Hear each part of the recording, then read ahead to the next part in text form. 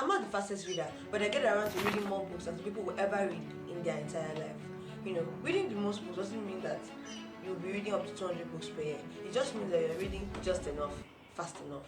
And so if you're interested in reaching your reading goals this month, or more like this year, I guess that you should stick around. I couldn't get Nigerian statistics, but it says that the average American is said to read about 12.6 books per year, and the median ranging around 4, and the average Gen Z is said to read about 3.52 books per year. So what does this mean? For you to be reading more than the average person, you just need to be reading at least 15 books.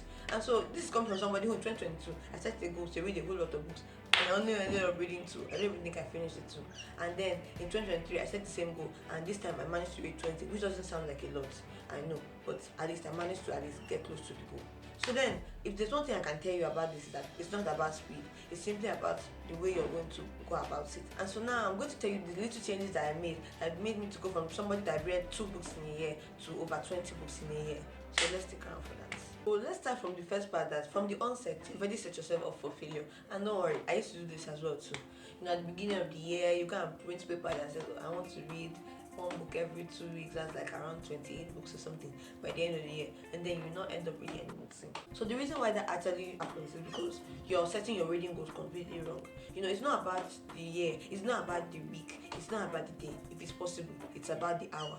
You need to know the exact amount of books that you want to be reading exactly each week, and then when you get that particular book, you find out, okay, it has 400 pages, I have 14 days to read it. 400 divided by 14, I need to be reading this exact amount of pages every day if I want to finish this book by this exact time. That way you're actually closing down on how to achieve that goal per day, making it actually achievable.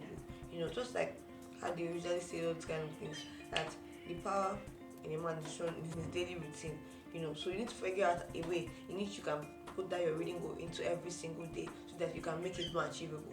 Not that if you don't achieve for this particular day, oh my god, the goal is lost. But even if you don't read for today, you can just join the two together and read it for the next day, so that at least you know exactly what you're meant to be reading every single day, so that you can finish the book on time. So once I started tracking down exactly what I wanted to read in per week, per day, I became practically unstoppable, and it was so much easier for me to actually take action on that goal. And so that leads me on to the third point, which is writing as you read. Wait first, let me book. So then, I don't know, but for me, writing down different key points from the book as I read, it helps me to do 3 different things. It helps me to keep track and keep progress of the progress I'm making in the book. So I can know, okay, I read this amount of pages today for yesterday. It helps me to write down key points so that I can remember what I read. In case maybe I'm not with the book later on, but I'll be able to go back on it and see what I read in the book. And 3, it also helps me to write down action points and different things I'm feeling about the book as I'm going on. Because of course, if you don't write action points that you're going to do after you read the book, your reading the book has been made completely useless. And so by writing down those action points, you're actually going to be more better at practicalizing the book that you've read. And I talked about some action points for The Mountain Is You in this video by this time, in case you want to check that out. And in case you want to look into more books and build a community of people that are engaged in self-development, do book reading and Bible reading, be sure to subscribe and like this video so that you can be seeing more content like this. Having multiple forms of your book. So I know that everybody says that to be a rereader you have to read the physical version and all that, but I can assure you there's some days when you will not feel like holding the physical book in your hand, and that's why you need to have other forms of the book. If you're having physical, you should probably have the PDF version if it's available on your laptop, on your tablet, or on your Kindle, so that you can be able to read it anywhere at any time. And that has really helped me to also be accountable, because sometimes I might forget the book in my hall or forget the book at home, and I'm somewhere and I'm not doing anything, and this time can be helping me to catch up on that book. And so by having multiple forms of the book, it will actually help you to reach your reading goals a whole lot faster, and it will just make things a whole lot easier for you, especially if you're using the audio version. I don't know, I started getting into audio versions this year, and it has been astronomical. Like, I absolutely love it. I simply just go on YouTube and search on the audio book of that particular book that I want to read. And as I'm just walking to class, and stuff like that, I'm here and I'm gaining knowledge, and the experience is wonderful. So the point that I'm about to talk about right now, it's a little bit cliche, but bear with me. James Clear talked about it in Atomic Habits, which is the identity-based habit forming instead of the outcome-based habit forming. So this is you telling yourself that, okay, from now on I am a reader. I'm a reader, and that's on period. Because if you don't identify yourself as a reader, you won't see a reason for you to read books. But when I was starting at the beginning of 2023 and I was really struggling, but I kept telling myself, I'm a reader, I'm a reader, I'm a reader. and very soon I actually started reading a whole lot more and believing that I was a reader. And because I believed I was a reader, people believed I was a reader. I mean, for people believing I was a reader, it helped me to believe more that I also was a reader. And so you need to embody the fact that yes, I am now a reader, and so therefore I read books. I increase my capacity. I self-develop. I increase myself in different forms of knowledge. I am a reader, and so you need to embody it into yourself and tell yourself that that is who I am from now on, and it's not going to change. Because if, let's say now you finish reading a book, now reading one book doesn't really like make you a reader, but if you identify yourself and tell yourself that I am a reader, it will help you to just continually keep on reading books, and before you know it, you would have reached your goals for this year. Talking about 3 extra techniques and ideologies that you can actually use to make your reading experience more enjoyable. So for people that I have seen, and from my friends that I have seen that read a whole lot more books than me, I noticed something.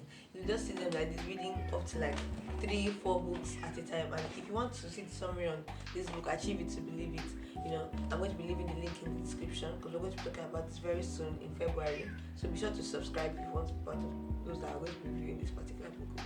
And you just see them, they read a whole lot of books, and you're just like, how are they doing it? But me personally, I like to finish one book before I start another book. It helps me to stay very coordinated and to finish the book on time so I can move on to the next book. But if that's something you would like to try, I guess you should do that.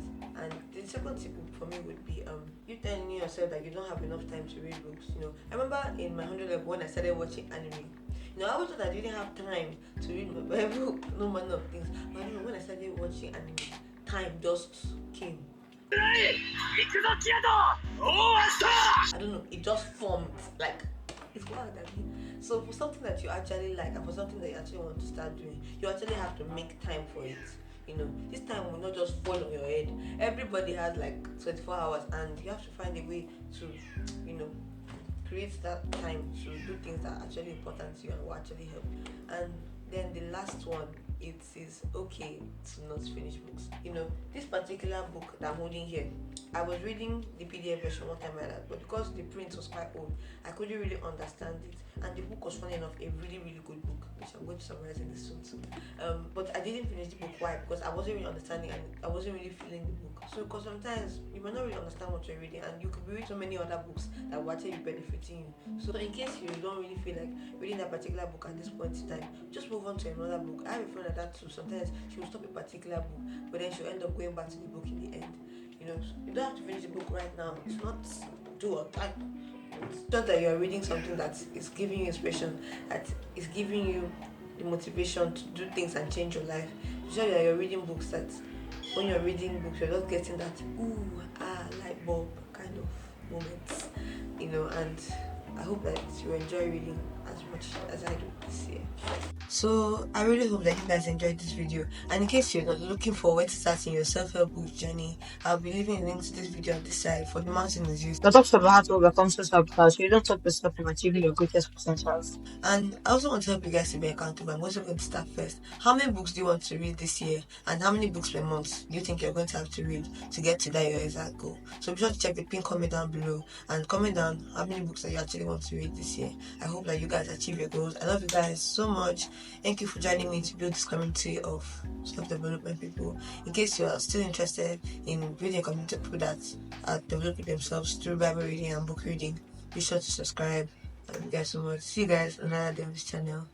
Bye.